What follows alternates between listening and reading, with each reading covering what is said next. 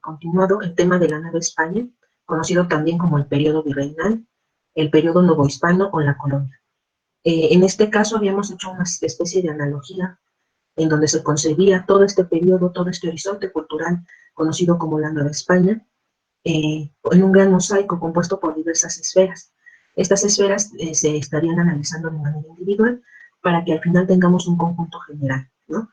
Propiamente el análisis de este periodo se desarrollará partiéndolo en diversas esferas, en diversos ámbitos. Hemos visto ya dentro de algunas esferas que componen el mundo novohispano, la parte económica, la parte como el hombre se hace de lo necesario para poder subsistir, para cubrir sus necesidades materiales de subsistencia.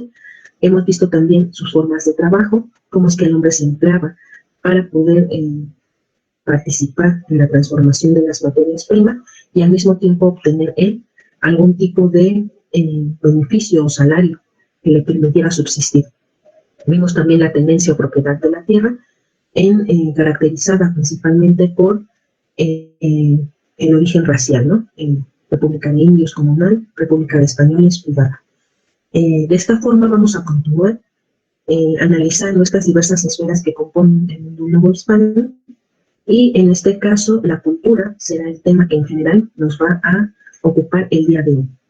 La cultura, compañeros, pues va a ser, es compleja la manera en la que se puede definir, pero la podríamos categorizar, como todo aquello que nos permite concebir la realización de algún rito, costumbre, la manifestación también material de estos, la concepción también de cómo está compuesto el universo, de cómo está compuesta una religión, es decir, todas estas manifestaciones que cotidianamente se dan, pongamos como ejemplo nuestro mundo, nuestro contemporáneo, todas estas manifestaciones van a estar englobadas dentro de la cultura. Así pues, uno de los ámbitos que es de suma importancia dentro del ámbito cultural van a ser los que a continuación nosotros vamos a ver. Tratando de desmenuzar un poco más, vamos a observar que esta sesión se va a enfocar en desarrollar estas grandes esferas como la ciencia, el arte, la cultura, a través de los 3 siglos que duró el dominio español. Así pues, vamos a observar unos constantes. Por ejemplo, hacia el siglo XVI, las manifestaciones que se ven en el ámbito cultural pues estarán permeadas de esta primera etapa de choque cultural, ¿no? de estas primeras mezclas y de adaptación de lo desconocido a las nuevas tierras, ¿no? La instauración de las instituciones, por ejemplo, tanto religiosas como políticas. En el siglo XVII se da una integración cultural, que ya empieza a forjarse una identidad también considerada ya mexicana, no considerada ya propia de la Nueva España, y van a surgir personajes propios de este contexto cultural. Van a surgir también ideas propias en términos políticos y en términos culturales, lo que hace que ya se marque cierta diferencia, ¿no? Con otras sociedades, con otros virreinatos, con otros dominios españoles. Y hacia el siglo XVIII ya se va a observar una conciencia social que se sabe, pues, una sociedad mestiza, que se sabe también con características propias, y estas características propias apelan a un tipo de intereses propios. Se va entonces a impulsar la idea de patria, la idea de soberanía, y la soberanía como aquella que recae en el pueblo, ¿no? Todo esto, una síntesis de los 3 siglos que existen en el dominio español, y que también van a ser elementos que permean en la producción cultural. Se va a estudiar también lo que se conoce como la vida cotidiana, que serían estas formas de vida de un pueblo. Estas pueden ser las que se expresan a través del lenguaje hablado y escrito, las que se reconstruyen en las diferentes manifestaciones humanas, como la vestimenta, la comida, el modo de producir la supervivencia, las relaciones que establece entre sus allegados, sus subalternos, digamos,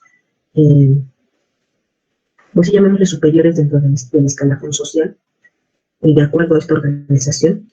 Y bueno, con ello sus manifestaciones musicales, pictóricas, literarias, artísticas. Y así se van a manifestar este tipo de creaciones en la vida cotidiana, ¿no? En las costumbres, en las tradiciones, en las ideas.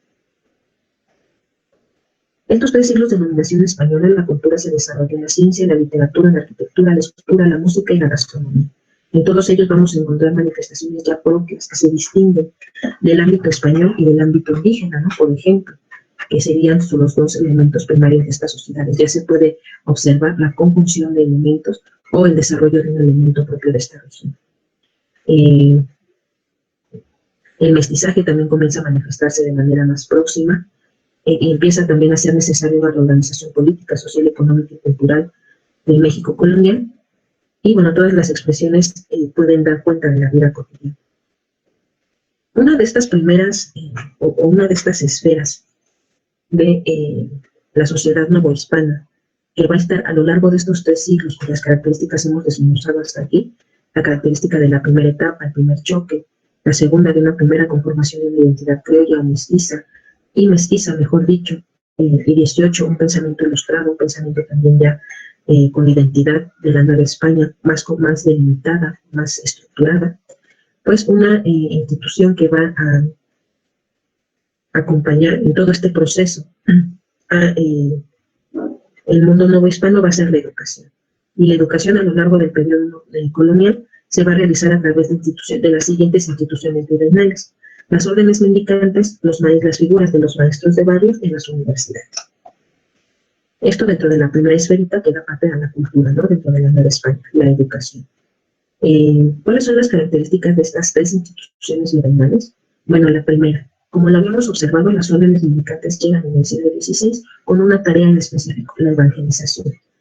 Posterior a la conquista militar se comienza la conquista ideológica, la conquista militar, y ellos, al tener como principal labor la difusión, la conversión a la religión católica, considerada por ellos como única y verdadera, comienzan a crear sus propios edificios, sus propios colegios.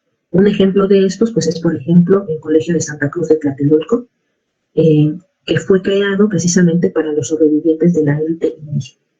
No va a sobrevivir mucho tiempo, pero en principio es uno de sus objetivos.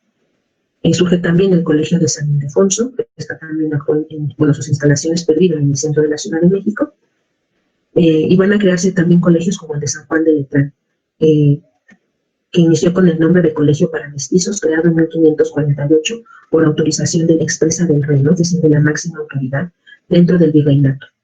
Su labor era recoger y sustentar por cuenta del gobierno a los niños mestizos abandonados, aunque posteriormente se aceptarían otros niños. Se enseñaba doctrina gramatical doctrina y gramática latina, así como vocabulario indígena.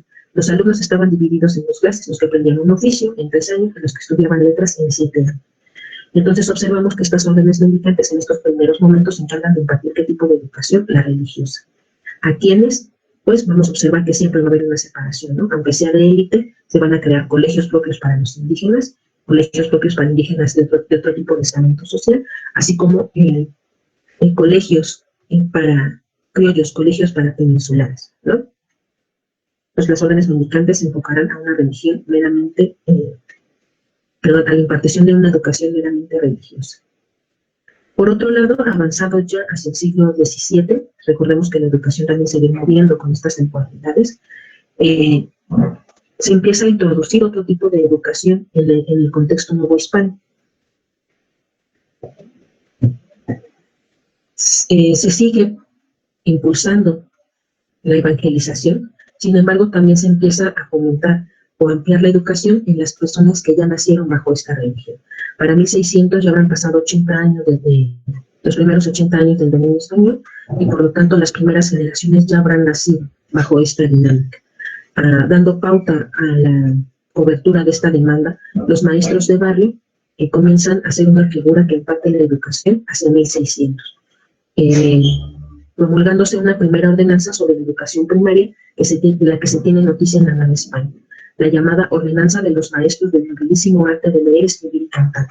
Aquí observamos cuáles eran las principales actividades a las que estos maestros de barrio se enfocaban, y también, como en toda Nueva España, el origen de nacimiento, el origen racial, el origen étnico, marcaba una diferencia, y esta diferencia permeaba incluso en el oficio que uno podía desempeñar.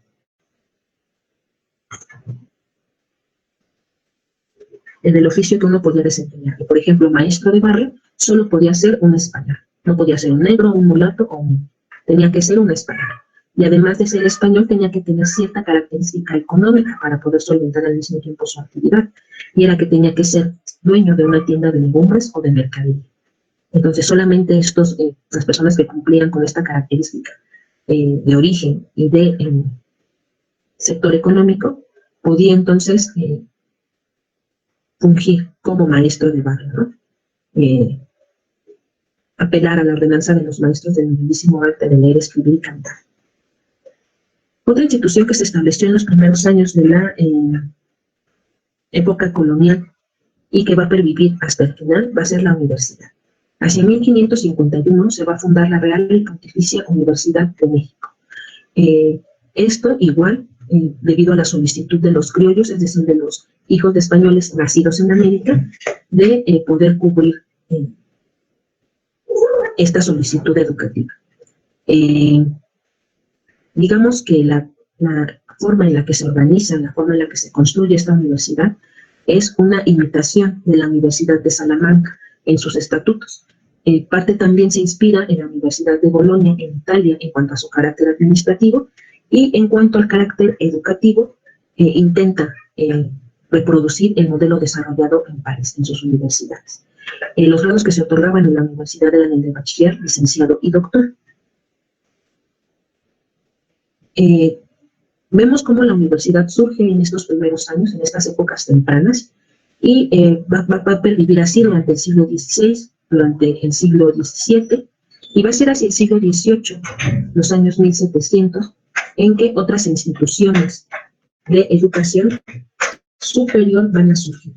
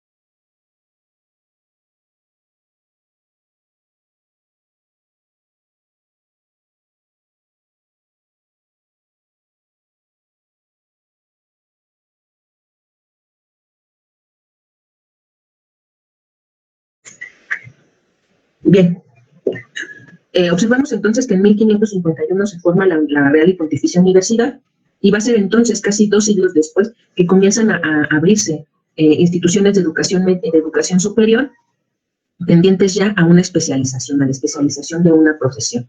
Entonces tenemos la apertura de la Academia de San Carlos de Bellas Artes, en el 1778 la Real Escuela de Cirugía, el Jardín Botánico en 1787, que apela también a la especificación o especialización, mejor dicho, de una disciplina científica. Todo esto, pues, que observamos acompañado ya de una influencia ilustrada, ¿no? Vamos a observar que la Nueva España, hacia el siglo XVIII, va a ser también objeto de influencia de las ideas que vengan de Europa. Y en este caso, una de las ideas muy fuertes que están recorriendo Europa es la Ilustración. Y basado en esas ideas, se comienza entonces también a crear instituciones especializadas. En este caso también, el Real Colegio de Minería, por ejemplo. Y así observamos que este tipo de instituciones, las órdenes mendicantes, los maestros de barrio, las universidades e instituciones de educación superior, van a ser los que van a otorgar la educación durante el periodo de la Nueva España, durante el periodo virreinal. Unos se van a encargar de la educación religiosa, otros de la educación propiamente de oficio o de profesión, es decir, de oficio en tanto el aprendizaje de algo que se pueda desarrollar en un taller, o la profesión de algo que pueda desarrollarse en el servicio, por ejemplo, burocrático o educativo. Otra rama que vamos a observar se va a desarrollar en la Nueva España va a ser la ciencia. Como muchos esperarían, pues las universidades serían los epicentros desde los que parten las ideas más novedosas, las ideas que tienen contacto con otras partes del mundo. En este caso, en la Real y Pontificia Universidad de México se abre la Cátedra de Matemáticas en 1637, es decir, unos 80 años después de su fundación. Se considera que a partir de este punto es el inicio del desarrollo de la ciencia en la Nueva España. Hacia el siglo XVIII, pues la ilustración científica novohispana de la segunda mitad del siglo fue la conclusión del desarrollo científico con representantes de alto nivel, como Fray Diego Rodríguez, don Carlos Ibáñez y Góngora, sabios criollos, consumados astrónomos y profesores de la universidad. Observamos entonces que la ciencia se va a desarrollar también inspirada en las teorías en moda que se dan en Europa. De este lado, pues, ¿cuál sería la variante que se da? Pues que los estudios están enfocados al estudio del entorno físico de la Nueva España, ¿no? A los movimientos astronómicos que se observan desde estas latitudes, a las especies vegetales que viven de este lado del mundo, que viven en los confines de la Nueva España, de igual manera las especies animales, ¿no? Entonces, inspirados por un pensamiento ilustrado, en donde la ciencia es aquella que nos sirve para explicar el mundo, es esta la que nos trae las luces, se explica el entorno que nos rodea, y en este caso la Nueva España va a comenzar a explicar este entorno a través de esta visión ilustrada. Y para ello va a empezar el inicio del desarrollo de la ciencia, en donde contribuye o se ve también influenciada la educación con la apertura de las instituciones que mencionábamos, ¿no? Las escuelas de minerías, la Real Escuela de Cirugía, el Jardín Botánico. Un instrumento importante para la transmisión de conocimientos, para el resguardo de conocimientos, para el viaje de estas ideas que comentábamos, surgen en Europa, viajan a través del océano y llegan a tierras americanas y llegan a tierras de la Nueva España, pues va a ser de suma importancia en el desarrollo de esta conexión, de estas relaciones, la imprenta.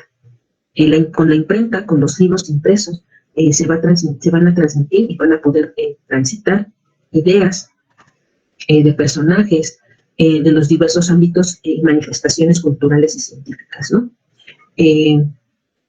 La primera imprenta va a llegar en 1539 con Juan Pablo de Vesca, de origen italiano, que se establece en estas tierras y que imprimió los códices poscortesianos. Van a imprimirse también vocabularios, cartillas y gramáticas, libros religiosos en castellano y en lenguas indígenas. La primera imprenta se estableció en la Casa de las Campanas, actuales calles en Moneda y Primo de Verdad. Posteriormente, en 1642 se establece en Puebla, en 1720 en Oaxaca, en 1793 en Guadalajara y en 1794 en Veracruz. Observamos entonces la proliferación de estas productoras, o más bien duplicadoras de un conocimiento impreso, de un conocimiento que puede ser transmitido a partir de la impresión de caracteres sobre una hoja que viajan de manera sintetizada en un libro, ¿no? En un volumen no muy amplio. Como el tránsito de estas ideas en los libros no solamente era aquel que pudiera ser adulatorio para la monarquía o para la religión, por ejemplo, la Inquisición, que va a ser la institución que se encarga de resguardar los valores religiosos, va también a empezar a vigilar, a censar, a prohibir estos artículos, ¿no? Donde se transmite el conocimiento de manera escrita, por considerar algunas de estas obras ajenas, en contra o desviaciones de la religión, o propiamente del servicio que se le debe dar al rey siendo uno súbdito.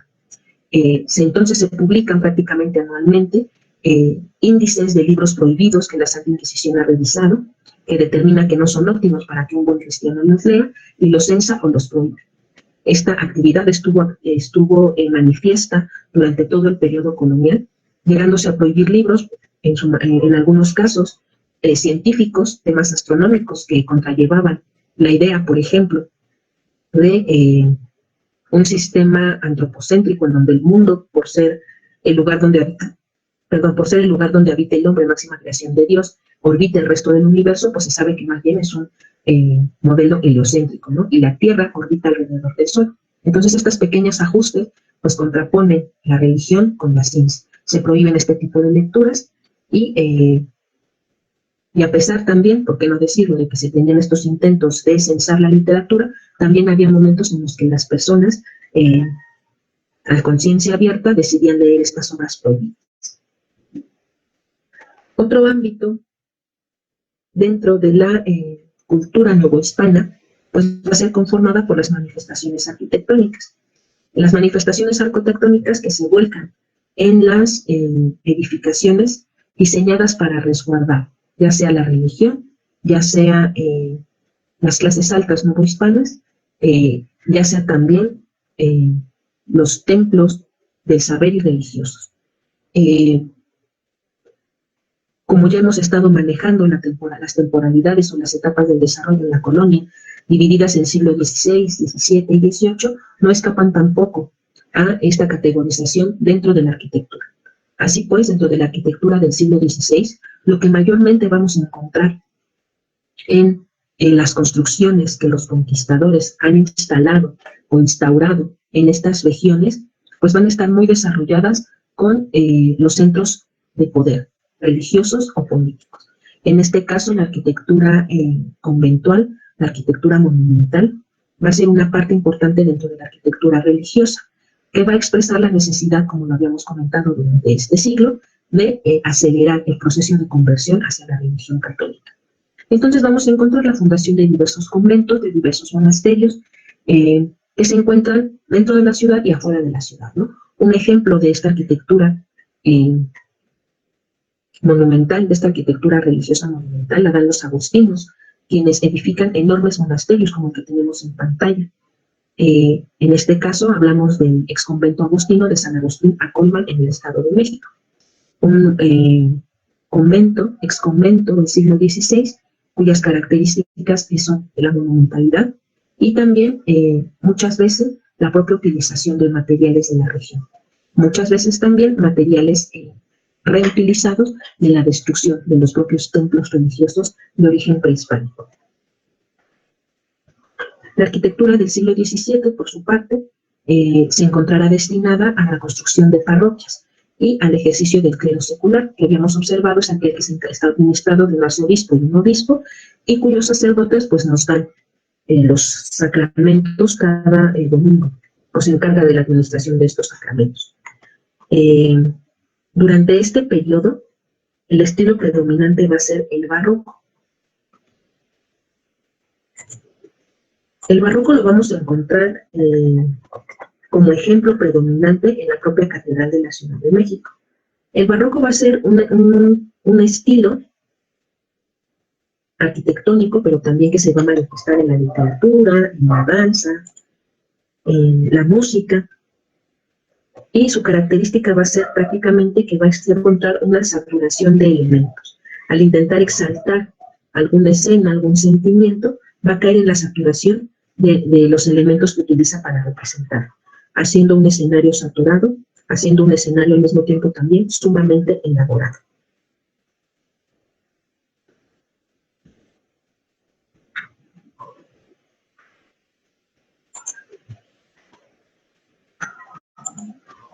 Bien.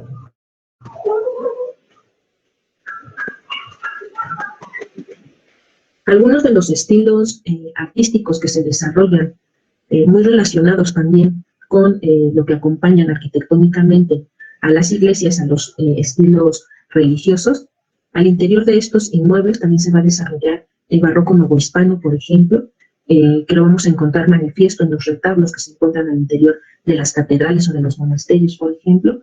Vamos a encontrar el estilo barroco también en la literatura, en la pintura, y va a ser manifestado principalmente durante los siglos XVI al XVIII. El estilo barroco, como lo vemos, también es una saturación de elementos visuales. Si hablamos también de una literatura, por ejemplo, el barroco en la literatura es también la exaltación mediante el lenguaje de algunos elementos, ¿no? Utilizando metáforas, por ejemplo, exaltando supremacía, algún elemento, alguna característica que se quiera describir. Otro elemento interesante que se traslada a los escenarios arquitectónicos y arquitectónicos dentro del mundo novohispano es también lo que los conquistadores trajeron consigo. Y en este caso el estilo mudéjar es una mezcla propia entre el español y lo musulmán, que viene a manifestarse en rincones de la Nueva España tan lejanos como el Arco del Carmen en San Cristóbal de las Casas Chiapas. Entonces son elementos que se hacen presentes en este escenario novohispano, que hablan también del con qué viajan los conquistadores, con qué viajan los evangelizadores. El estilo plateresco es una mezcla de estilos góticos, renacentistas, moriscos e indígenas, ¿no? Hablamos de la mezcla de 3 elementos europeos con uno indígena, uno autóctono, y el resultado de esto, la mezcla entre estilos con materiales adaptados, nos da el plateresco, que se distingue también por la decoración vegetal y guirnaldas en los marcos de las puertas, ventanas y columnas. Es decir, esta flor va a ser una de las más socorridas, en este contexto. El estilo churrigueresco toma su nombre específico de Benito de Churriguera, que va a ser un arquitecto español, que trajo don Jerónimo de Valdes. Este estilo se caracteriza por exagerar la decoración cuajada de guirnaldas, flores y angelillos. Como ejemplo podemos observar la Catedral de Zacatecas o lo que tenemos en pantalla, la cúpula de la iglesia de Tonalcintla en el estado de Puebla. Todas esas imágenes que nosotros vemos tienen cierto relieve, compañero.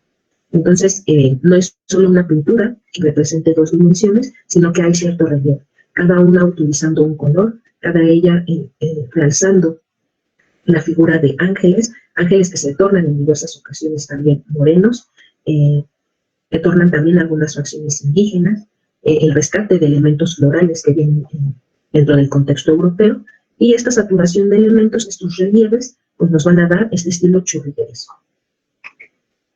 Y a lo largo del siglo, de la colonia, también un estilo que se va a desarrollar dentro de la arquitectura va a ser el neoclásico, que va a retomar los elementos o formas de la arquitectura clásica griega y romana. En España va a tener su apogeo hacia el siglo XVIII. Un ejemplo de esta sería la fachada de la iglesia de San Andrés Cholula, en Puebla, así como también la catedral de Toluca, en el Estado de México. Hemos visto entonces la arquitectura, hemos visto entonces alguna otra expresión que parte o que forma parte de la cultura novohispana, y en este caso también las letras, la expresión escrita, es otra de estas manifestaciones. Divididas también en estos 3 periodos o 3 etapas que ya hemos mencionado, la literatura se va a dividir en los siguientes.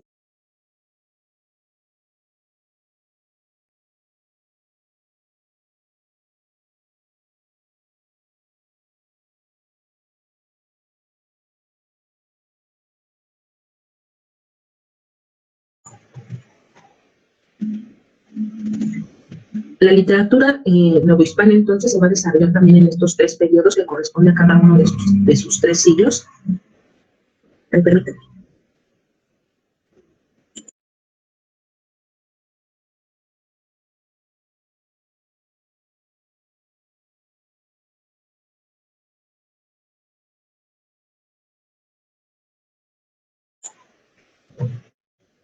Y bueno, siendo el primero de estos periodos, el que abarca el finales del siglo XV y XVI, es decir, el posterior al contacto y la conquista, y va a estar básicamente permeada esta literatura emanada de la Nueva España por las cartas y crónicas que salgan de acá. Como ya lo vimos en la charla que dio el maestro Matos Moctezuma, pues los cronistas que se podrán dividir de acuerdo a la actividad que desarrollaban, conquistadores, evangelizadores, burócratas, mestizos, etcétera, producirán una serie de cartas, de crónicas, de relaciones que hablan sobre las tierras conquistadas, buscan enaltecer las empresas conquistadoras, así como las empresas evangelizadoras. Estos productos pues buscan básicamente informar a la corona española qué es lo que se está realizando en estas tierras en esta actividad conquistadora. Esa será la literatura que predomina en el mundo novohispano en el siglo XVI.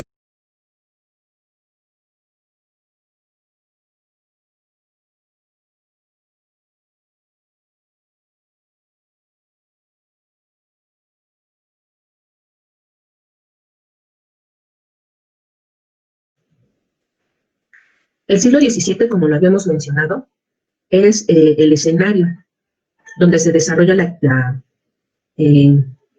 expresiones artísticas de la Nueva España, y en el siglo XVII específicamente será el barroco, que ya lo habíamos visto en su vertiente arquitectónica, y dentro de su vertiente literaria va a tener grandes representantes.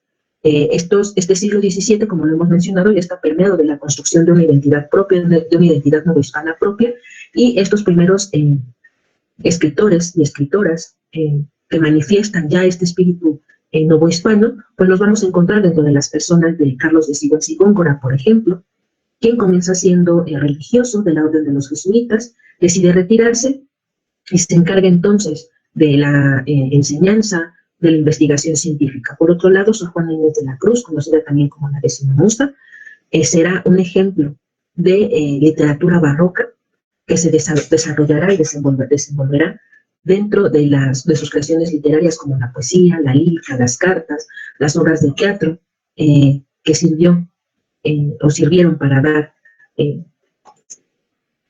una muestra del mundo novohispano.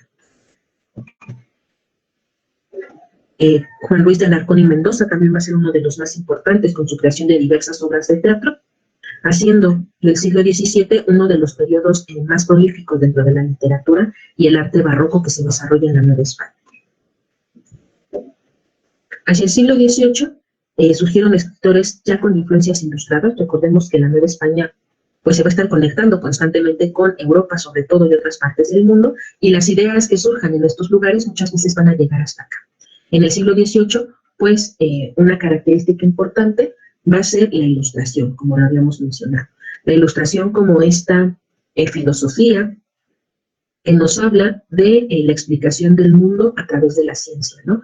El dejar de explicarnos el mundo mediante supersticiones, de buscarle una explicación lógica y coherente a los fenómenos naturales, por lo mismo de clasificar, de ordenar, de esquematizar esta realidad natural, ¿no? Esta realidad donde entran todos los seres vivos, todo el componente geográfico, todo el componente vegetal también. Vamos a encontrar personajes que surgen o que trabajan directamente desde las esferas religiosas todavía, como lo será Diego José Abad y García y Francisco Javier Alegre, que serán de origen religioso. Ambos van a ser de la orden jesuita, y ellos van a ser expulsados del territorio novohispano hacia 1776, debido a la orden expresa del rey de España, de que se expulsara a todos los miembros de esta orden de sus territorios, pues promovían la falta de obediencia al sumo pontífice, al rey de España. Ellos van a ser de origen entonces religioso, pero van a empezar a introducirse en los estudios de botánica, en los estudios de medicina, que se empiezan a dar como producción a partir de la influencia ilustrada. José Joaquín Fernández de Lizalde pues va a ser conocido también por la publicación del Periquillo Sargento, que es una especie de sátira, ¿no? Es un literato formado en las letras, empieza a publicar sátira respecto a la formación de la sociedad novohispana, ¿no? Porque si bien se empieza a crear una cultura propia de la misma, no significa que todos los elementos que de ella surjan puedan ser considerados positivos. Entonces Lizalde hace una sátira, una crítica a esta orden establecida en la Nueva España. Otra esfera dentro de la cultura de la época novohispana va a ser la pintura.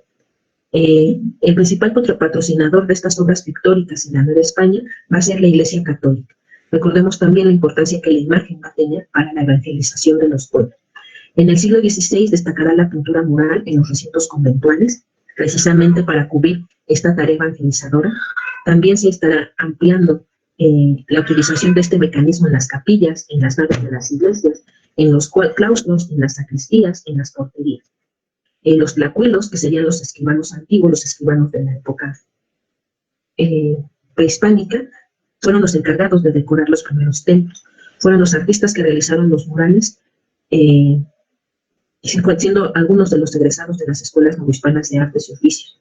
Paralelamente a este proceso se incorporaron los estilos artísticos europeos que condujeron a la imposición de técnicas, modelos y formas de representación externas, tales como la pintura al temple o al óleo, el uso de la perspectiva como forma de representación espacial, la transferencia de imágenes cristianas como simbolismos ajenos a la cultura de los pueblos antiguos de México. No obstante, subsistieron diversos elementos artísticos indígenas y se fusionaron con los españoles, produciendo obras con un sincretismo artístico y cultural.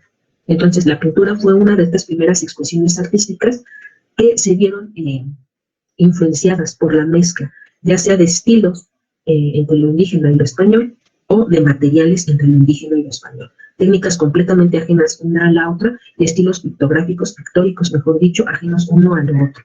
Y va a haber ejemplos propiamente de pinturas en donde se observa una influencia muy fuerte de las pinturas realizadas en la época prehispánica, intentando, pues sí, cumplir con las órdenes, con los deseos de los españoles, ¿no? Al plasmar con estos estilos imágenes o escenas religiosas.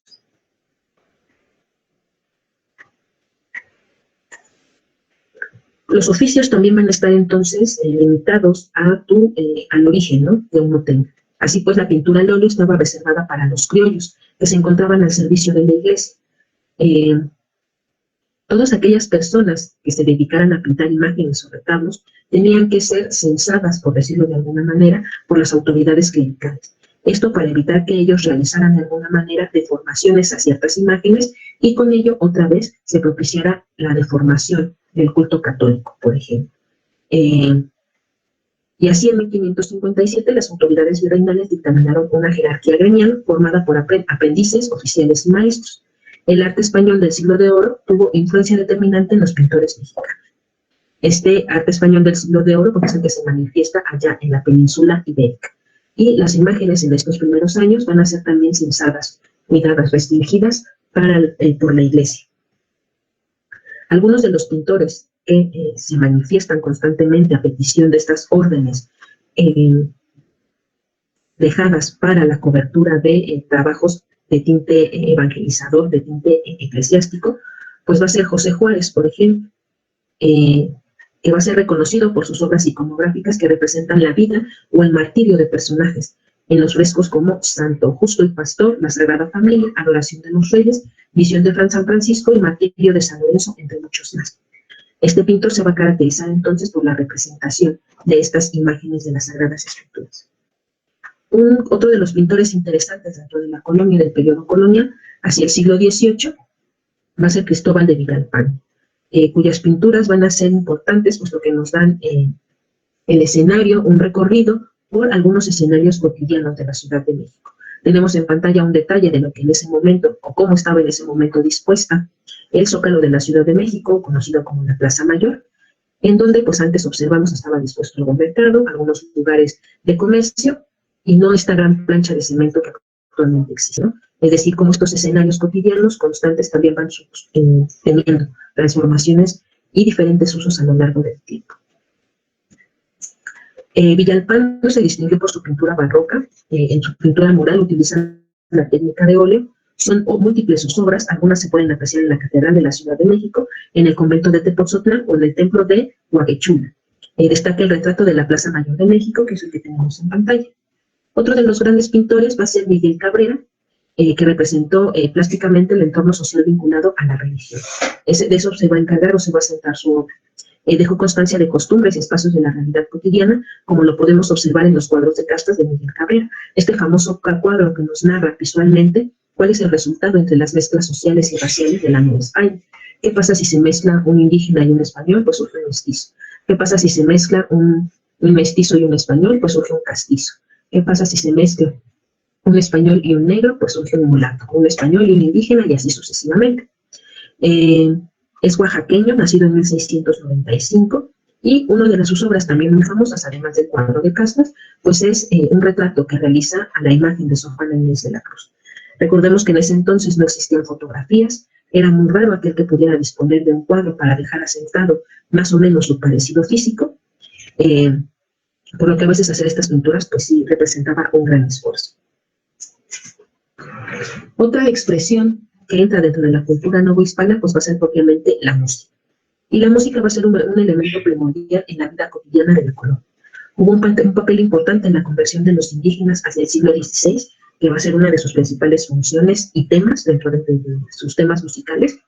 Ya fabricaban sus propios instrumentos, flautas, chirimías, cornetas, trompetas, guitarras, monocordios, rábeles, vihuelas, de arco, etc. Los propios indígenas aprendían a tocarlos y a cantar durante las ceremonias religiosas, como las procesiones del Día de Corpus y de Semana Santa. En las bienvenidas de los virreyes también era un elemento constante, presente. Los maestros de capilla de las catedrales de Puebla y de otras ciudades compusieron villancicos. Me atrevería también a decir que entra aquí el elemento de los instrumentos, los llamados órganos barrocos, que están instalados también en algunas catedrales entran también de lo que podría ser producido en la música novohispana de principios del siglo XVI. Los kiríes y otros cánticos de diversas fiestas religiosas como la Navidad, la Asunción, la fiesta de San Pedro y San Pablo, la fiesta de San Juan y los santos patronos de los diversos pueblos y ciudades. En 1555, por ejemplo, se prohibió la utilización de trompetas y el órgano fue considerado el único instrumento litúrgico. Entonces también la música ha ido pasando por una utilización práctica que sería dentro de los rituales religiosos y también dentro de la colonia, ¿no? En su ámbito de la vida cotidiana. Y bueno, con eso nos quedaríamos hasta aquí, compañeros. No sé si tengan alguna duda, pregunta. Por mi parte sería hasta el momento lo que podríamos ver. Nos quedan unos 2 puntos para terminar con la Nueva España, pero no sé si tengan alguna duda.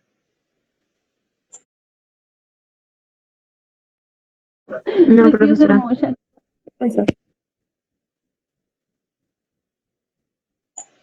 ¿Alguien, compañeros, seguros?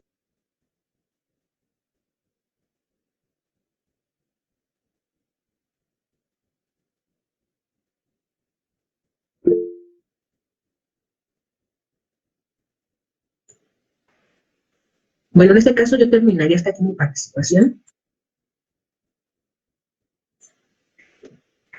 No sin antes desearles un lindo jueves, que tengan un bonito inicio de semana, un excelente fin de semana, aún mejor. Cuídense mucho, y bueno, hasta siempre, compañeros, cuídense mucho. Gracias, profesora. Gracias. Gracias.